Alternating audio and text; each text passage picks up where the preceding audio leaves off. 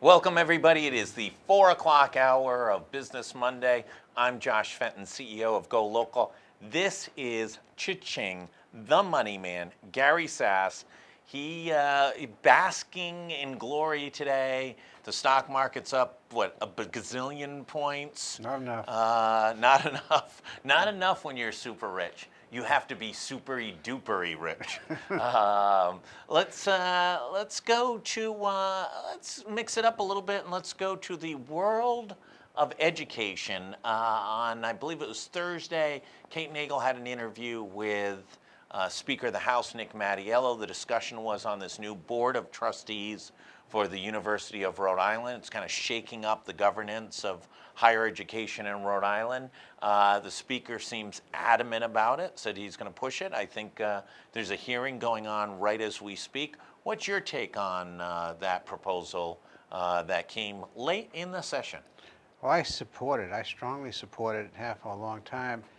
As a matter of fact, we don't think of it this way, but that change can end up being the most important piece of economic development legislation the legislature considers this session. Wow, that's big speak. Well, if you look around the states that are doing well. Coming from a Bryant University mucky muck. We still have the business school. But seriously, you look around the country at states that are doing well, and they have one thing in common. They have strong, well-supported flagship universities. And it's not just the flagship universities, but there's something called R1s. They're major research universities. Yeah. And they have access to National Institute of Health, all types of research, which are not only tremendously valuable for learning and for economics, but they're unbelievably valuable for economic development.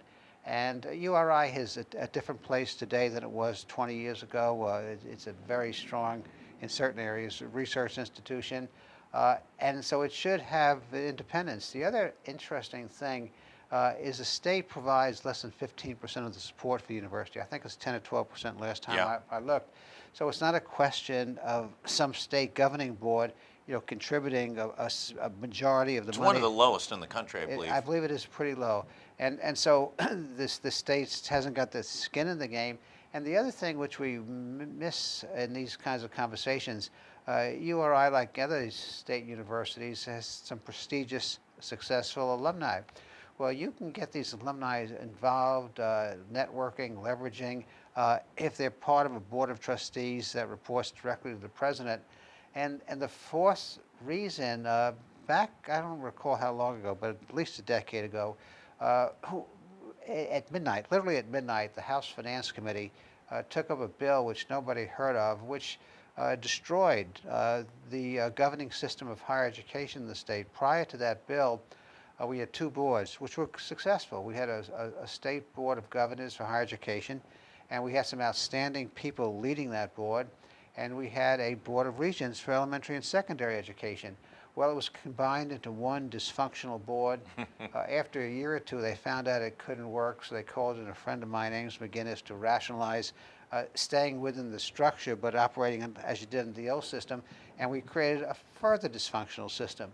So we had a place like the University of Rhode Island reporting to a council on higher education, not even a board, a council on higher education composed of 6 people. It made no sense. We weren't leveraging our resources.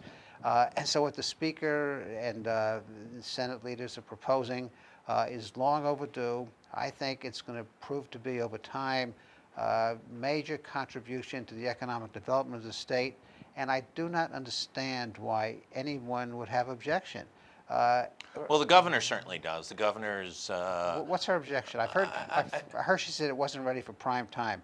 What does that mean? I think it's, I'll be somewhat analyze it from a political standpoint. I think she's upset that this went around her, that, the higher education, the educational system usually falls under the purview of the sitting governor, and I think she resents the legislature stepping into her turf as being a factor. There's some other issues which I actually don't think are particularly real. One is that it will affect bonding authority, that the university won't be able to take advantage of the state's bonding bond rating. I don't believe that can be worked around.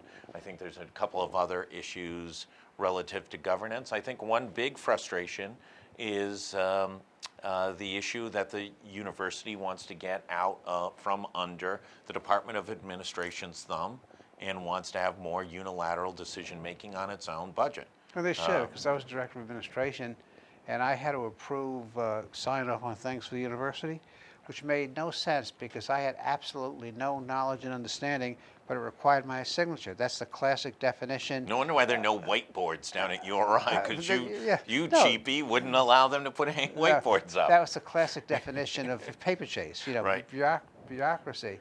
Ronald Reagan used to say, if you don't worry about who gets the credit, you get a lot of things done. Yeah. And I think the governor ought to sit back and relax, not worry about who gets the credit, but recognizes that she'll be leading a state where our flagship university will be put in a position to make a much more significant contribution to the economy of the state, which he says is a #1 priority. Yes, there will be some inconveniences, but those are gnats flying around an elephant. Well, you've certainly seen in the two bordering states major investments into the state universities there. All the schools, URI, UMass, UConn, were all sort of peers 20 years ago, and now the University of Connecticut, the University of Massachusetts have exploded. And I was looking the other day, neither URI or Brown rank in the top 100 universities for patents.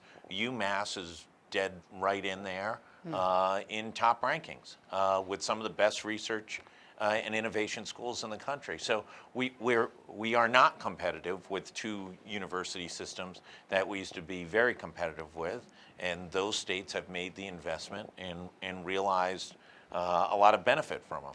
Well, this is one way to begin to unlock the doors to innovation. And when you look at what's happened in the state's economy over the last 5 or 6 years, you can't say that innovation has been a major success. And so it's something worth doing. There's a track record elsewhere. It'll cause certain inconveniences when you make administrative changes, but they will be far outweighed by what the potential benefits are. The other thing I want to mention, which no one talks about, when you have one board and only 6 people, which is a crazy situation if you think about it, responsible for a community college, a state college, and a university, the natural tendency is to focus on the university. Or if it's not to focus on the university, is to worry about dividing things up equally without understanding what the return on investment from those decisions are. And so I argue it's kind of a counterintuitive argument that when Rhode Island College and the community college have their own board, they will get more attention, more focus, and I think greater advocacy, and I think it'll improve their governance as well. I think this is a win-win. I'm really glad to see the speaker, take this up and run with it. I'm disappointed that the governor raises questions. There are questions, but those things can be worked out in the back room. These are not major policy questions that you have to worry about. You're so pleased you might even send all the legislators Bitcoins or something like that you No, they got to do a lot more than one thing a year to get a Bitcoin. Let's jump over to the budget, the state budget. As the story goes, we're going to see a caucus tomorrow, which is usually the final step before the introduction of the final version of the budget. The speaker and the leadership team will go over the provisions within the budget to the membership of the Democratic Party, which is the majority party, walk them through what the components are, where they've made changes from the governor's budget, and supposedly on Wednesday, House Finance will report the final version of the committee's budget to the full House. What's your thoughts on where we are as of June 10th, 11th, 12th of 2019? Well, I don't know the details of the budget. And as I grow older and watch more budgets, I begin to realize they're like trolley cars. Everybody gets all excited when the budget comes out, but as soon as this budget's finished, they start working on the next budget, and the trolley car comes. Do you know most people don't know what a trolley car is? Well, unless you go down to New Orleans, they'll find out. And TF Green now has direct flights to New Orleans? To New Orleans. Oh, it was? Yeah. So, having said that, there's one constant that remains, that the budgets have not addressed the fiscal problems of the state. They've been, very one-time in their approach, very, I think, short-sighted. And so one of the ways to judge the budget is, are there going to be true structural reforms in this budget? If they're not, then we'll just wait for the next trolley Is car. the only way we can fix this sort of, spit, masking tape, structuring of budgets from years is to go to a 2-year budget cycle? No, I don't think that's the answer at all. I think the Gary answer, says no to 2-year no, budget I didn't say cycle. no. I said I don't. Whether you do a budget in 1 year or not, it's only as good as your input. And so if you're going to spend beyond your means, if you're not going to face up to the structural deficit and make the kinds of tough decisions that need to be made, it doesn't matter if you have a 1-year budget or a 2-year budget. So you could possibly have 2-year budgets, but I think that comes after you fix up what you're doing now. Let's get 1 year straight. We do have a 5-year financial forecast, which gives us some clues about what we're doing. So it's not totally a 1-year budget. And but the legislature has a tough road here because it's very hard. I don't know if this is the right analogy to use. It turns a sow's ear into a purse. And the budget that was presented was not by any standard a good budget. It was a tax and spend budget. It was not a balanced budget. It had a whole myriad of different tax increases, some of which are perfectly fine probably, some of which made no economic sense. The economy in the budget was a commission to come up with $10 million of savings, and they met and they had the brilliant idea we could sell real estate. I've heard, that's, and so the legislature has a very tough job in front of them to put together a budget document that really wasn't, gave them a good piece of cloth to work from in making that cut. So when that happens, the normal solution is just to piece together what you can, have it reflect your policy, i.e. the legislature's policy objectives, and kind of muddle your way through. So, I think like any budget, there'll be things that one agrees with and one disagrees with, but at the end of the day, based on what was initially submitted, I think it's just going to be another muddle. Do you see any, did the legislature ultimately act as the adult in the room in this budget process? Rhode Island started to get widely criticized for some of the taxes at the national level. The Wall Street Journal, I think, just on the budget wrote maybe 2 editorials and was starting to really paint a picture of Rhode Island being or reverting back to a tax-friendly state.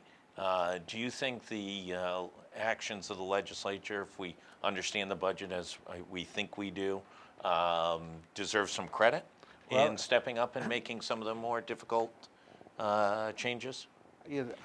I'll tell you on Thursday when they submit their budget. I have no way of knowing or answering, that question.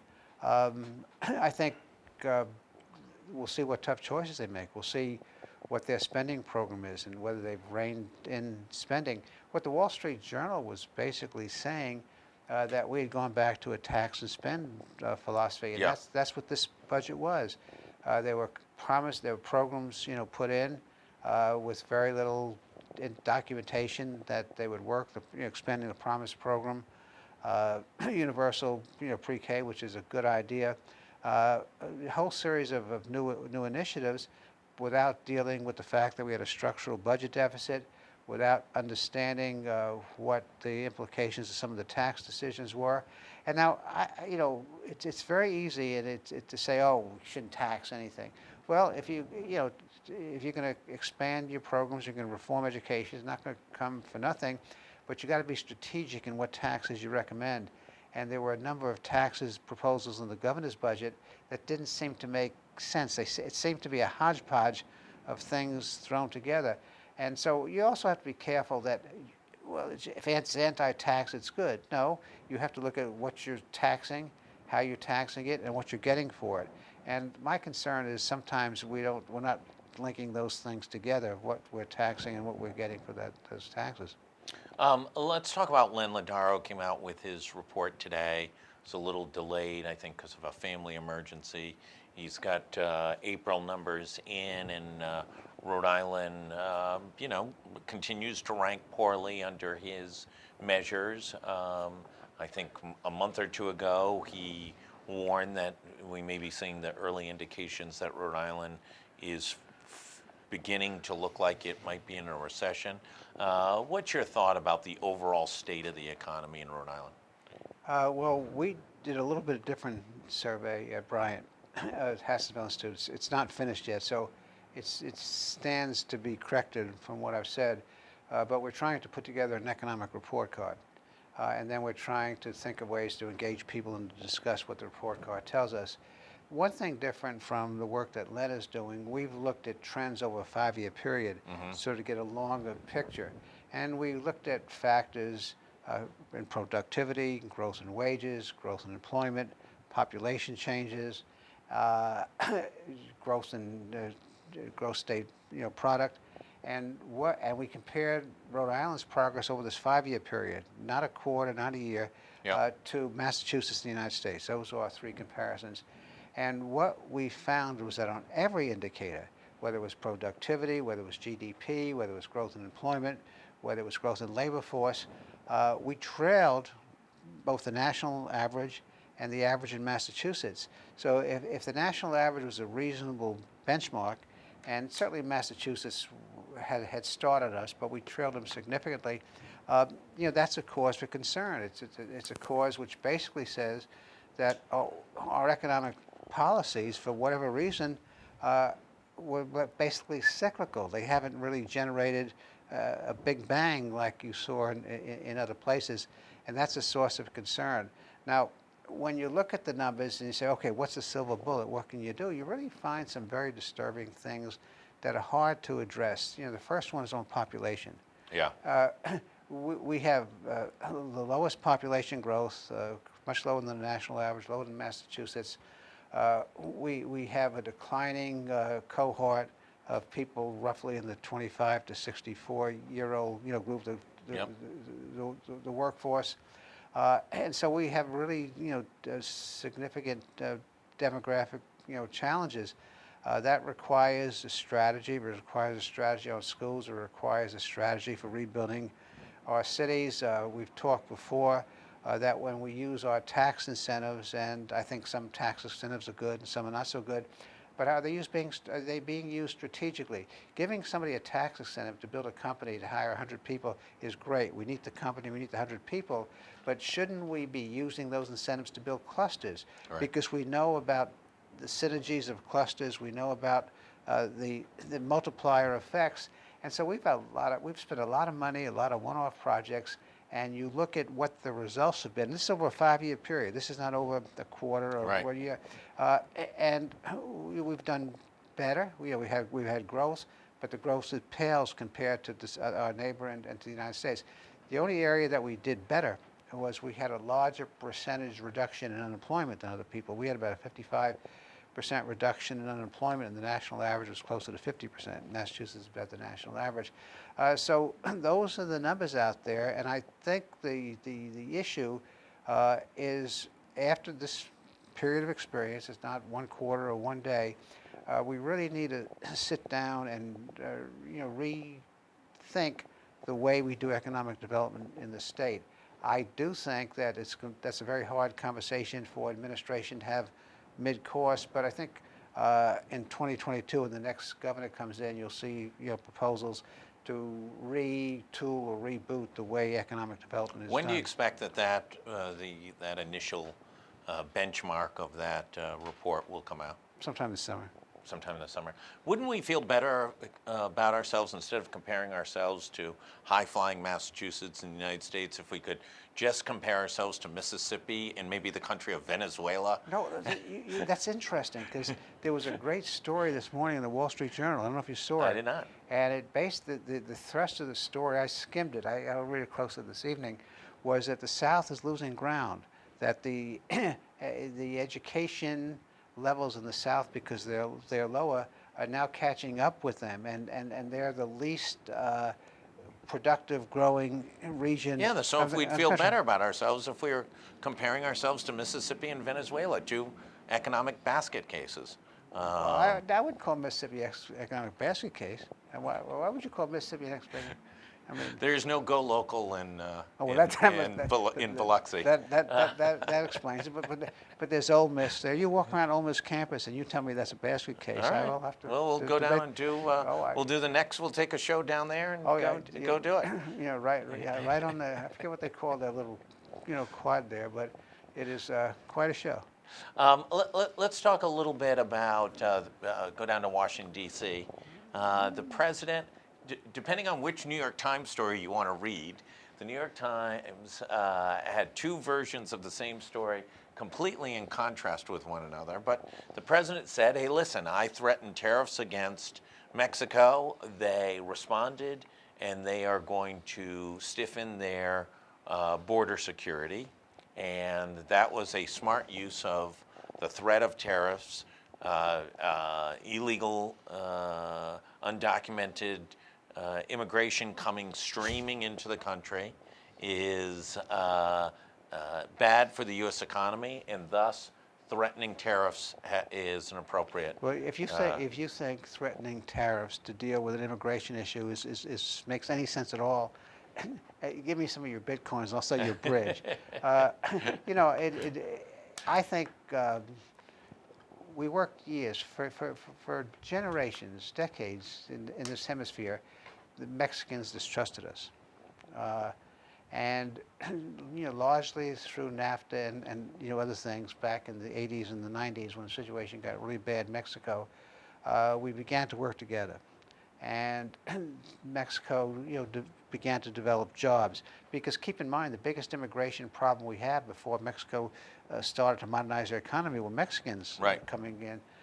And so we developed an economic relationship, with Mexico. Using tariffs as a threat, which are totally non-workable, and you can never demonstrate that the tariffs had one effect on anything, creates, really tears in a very important trading relationship. I think the New York Times was right. The pattern of activity of this administration has been to, Teddy Roosevelt used to say, speak softly and carry a big stick. We carry a small stick and speak very loud. I think there's no credit. I don't think this administration has any credibility on trade policy whatsoever. Is that pretty direct? I think that was there was no mealy mouthing that one. No, I think we have some real problems in this administration. So let me ask you a question. We have low unemployment.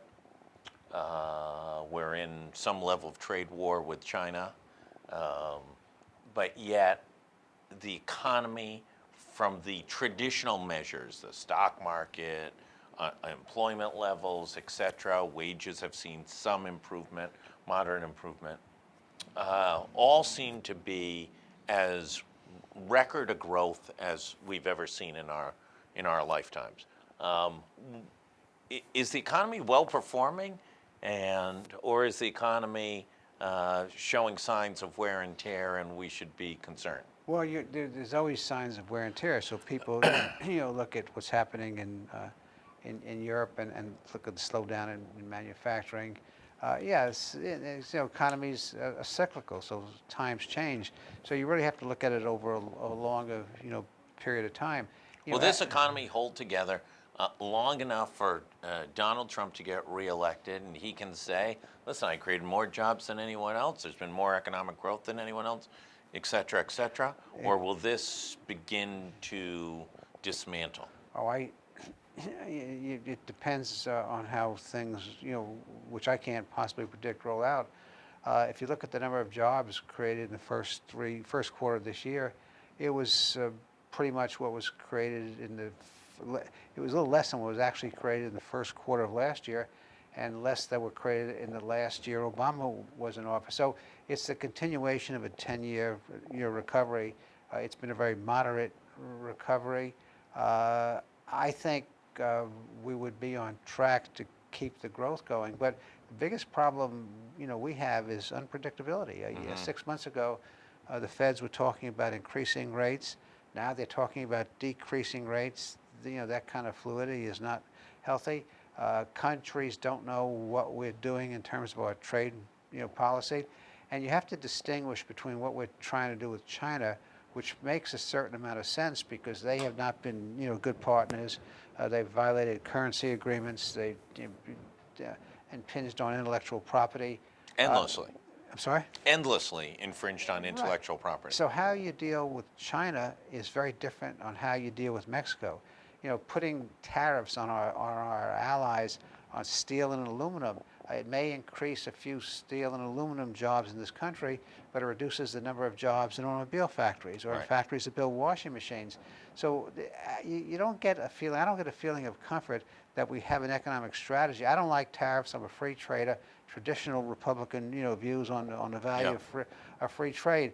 But I know in certain cases you have to talk about tariffs. China is being a good example, but you have to do it in a predictable, way. The other thing about what we're doing on trade and international relations is we're confusing national and economic security. I've never seen, I understand what national security is, and I understand what economic security is, and I know where there's a wall between them and how you manage, policy.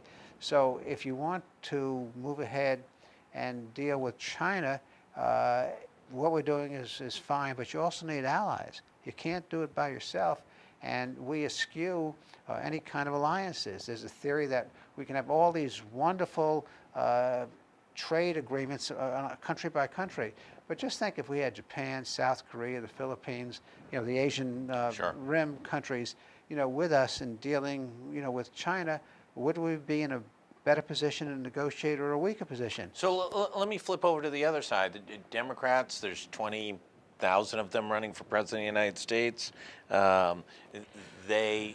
Many of them on the progressive side share Donald Trump's view of trade agreements. Have any of the Democrats to date broken through with any narrative that you feel comfortable points to a positive economic future? No. I was hopeful. Well, there's one, but she's not registering, very well. I'm familiar with the work of Amy Klobuchar.